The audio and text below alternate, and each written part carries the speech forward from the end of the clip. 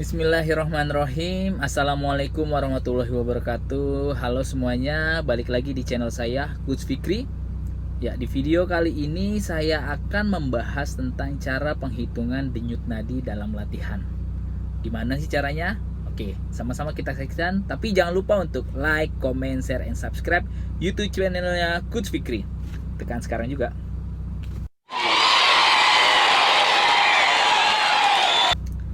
Ya, berbicara tentang denyut nadi latihan. Oke, kenapa pengecekan denyut nadi latihan itu penting dalam latihan? Karena kita harus mengetahui kondisi atlet. Karena semua kondisi atlet itu berbeda-beda.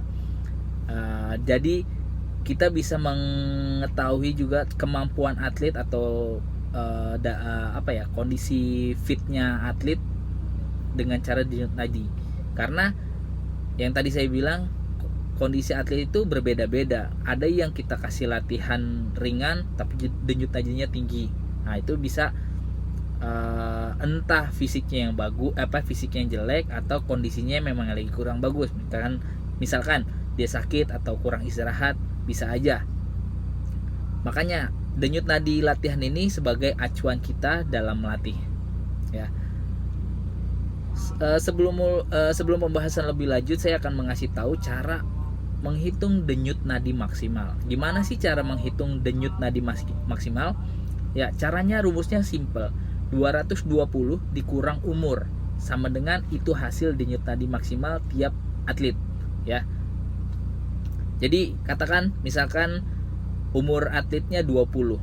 Nah, 220 dikurang 20 berarti denyut nadi maksimalnya itu 200. Nah, sekarang kita cari tahu cara menghitung denyut nadi. Nah, yang selalu saya lakukan, ya, cara pengecekan denyut nadi, setiap atlet tuh bisa mengecek dari pergelangan tangan atau di leher. Ya, cari yang berdenyut, ya. Ketika ketemu yang berdenyut, nah itu salah satu itulah denyut nadi kita dan siap untuk dihitung. Berapa lama penghitungannya? Saya selalu memakai 6 detik. Ya, 6 detik. Kenapa 6 detik, Coach? Ya, banyak yang bilang kalau mau akurat 1 menit harusnya. Karena denyut nadi per menit hitungannya harusnya memang 1 menit. Tapi kenapa saya pakai 6 detik?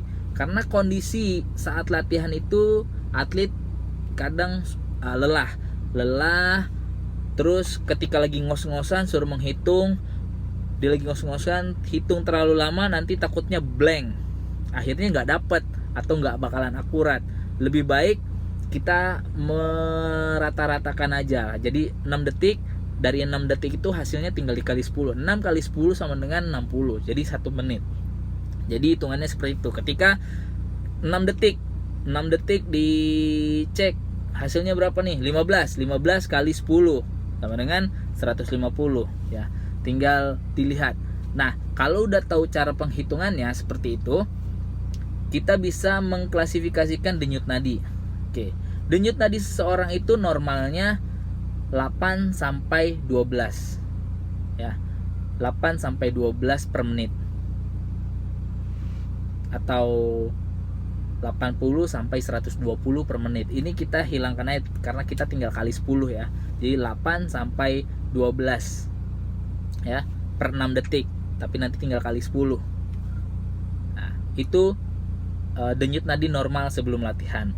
Terus pemanasan, targetnya berapa sih kalau pemanasan? Nah, kalau pemanasan itu kita harus memasuki zona training. Jadi target yang harus kita masuki dalam sebelum masuk latihan ini, setelah pemanasan, kita usahakan target dari pemanasan itu kisaran 13 sampai 15. 13 sampai 15. Ya, 13 sampai 15 dalam per 6 detik tuh, ya. 13 sampai 15. Kemudian kalau kita klasifikasi lagi untuk latihan ringan, sedang, dan berat, itu saya pribadi memberikannya gini. Kalau latihan ringan itu kita bermain di denyut nadi 14 sampai 16. Kalau sedang 16 sampai 18, kalau tinggi 18 sampai 20. Selalunya saya memberikan seperti itu. Ya, ini berdasarkan pengalaman saya dan ya siap saya melatih kisarannya segitulah ya. Bagusnya gimana sih coach kalau pengecekan denyut nadi ya tadi di awal? Kalau bisa sebelum latihan kita cek berapa normalnya ya. Sebelum latihan kita cek, tadi sebelum latihan biasanya 8 sampai 12. Terus setelah pemanasan kita cek targetnya itu 13 sampai 15. Mereka di mana? Kalau pemanasan aja udah tinggi, berarti ada beberapa kendala. Entah satu, fisiknya dia jelek, jadi baru pemanasan udah tercapek, wah denyut nadinya udah tinggi, udah ngerasa pemanasan tuh berat banget, akhirnya denyut nadinya tinggi. Atau dia tengah sakit, dia lagi sakit nih, atau kurang istirahat ya. Itu bisa, hal 3 itu yang jadi alasan. Kita bisa ngecek, kamu kurang istirahat ya, oh kamu semalam tidur jam berapa nih, kok sampai segini nih baru pemanasan. Atau kalau dia ngerasa, kita ngeliat dia sehat-sehat aja, berarti mungkin memang kondisi fisiknya yang jelek ya.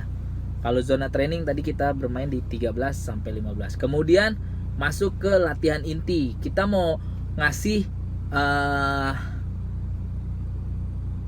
di level yang mana nih? Kita mau mainin latihannya di mana? Di ringan kah? Di sedang kah? Di berat? Nah, tinggal teman-teman mau nentuin mau kasih latihan levelnya yang mana. Sedang, rendah, ringan, sedang, berat. Itu aja. Tadi ringan kita main di 14 sampai 16 denyut nadinya, sedang di 16 sampai 18, tinggi di 18 ke atas. 18 sampai 20. Jadi seperti itu cara penghitungannya. Oke, ingat dalam menghitung cuma 6 detik dikali 10 itu hasilnya. Jadi itu sebagai acuan kita dalam melatih supaya tahu kondisi atlet ya. Atletnya nih bagus kah, atletnya ini lagi sakit kah, atau kurang istirahat, kita bisa dicek dari denyut nadi saat latihan. Mungkin itu aja sih yang bisa saya share ke teman-teman. Oh ya, kalau mau lebih gampang lagi, sekarang udah ada teknologi yang canggih yang memudahkan untuk para pelatih dalam mengecek denyut nadi. Apa tuh? Ya, kita ada namanya heart rate monitor. Heart rate monitor itu sangat membantu pelatih. Jadi ketika sebelum latihan atau setelah latihan kita bisa ngecek anytime, kapanpun. Lihat, biasanya ada dia pakai jam tangan ataupun ada yang pakai tablet ya, pakai tab dicek ya. Itu biasanya pakai Polar Team kita bisa cek keseluruhan atlet dalam latihan. Kita tinggal monitor dalam satu tablet atau satu tab, lihat si A, si B, si C, si D, oh kita bisa detect semuanya ya. Jadi cara penghitungannya seperti itu. Tambahan lagi, jadi dalam latihan itu pengecekannya setelah melakukan dan saat mau melakukan kembali. Jadi habis melakukan nih kita cek nih, tadi targetnya ringan, sedang, berat kan, kita cek.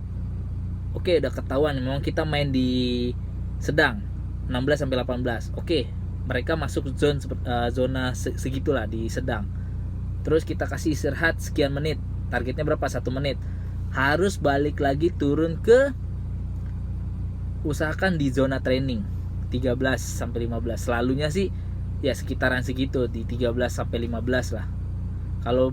Kalau dalam 1 menit atau target istirahat yang kita kasih mereka turunnya cepat langsung segitu, berarti memang kondisi dia sangat bagus. Kalau penurunannya agak lambat, butuh waktu yang panjang dalam istirahat untuk menurunkan denyut nadinya, berarti memang kondisi atlet tersebut kurang bagus ya, lagi keadaannya tidak bagus. Itu aja sih, mungkin itu aja sih yang bisa saya kasih, bisa saya sampaikan untuk teman-teman semua. Mungkin bisa menjadi masukan teman-teman dalam melatih juga.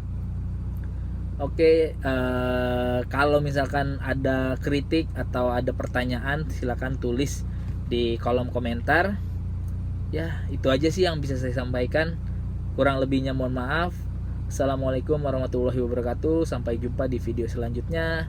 Ingat, jangan lupa untuk like, comment, share, and subscribe YouTube channelnya Coach Fikri. Oke, sampai jumpa. Ciao.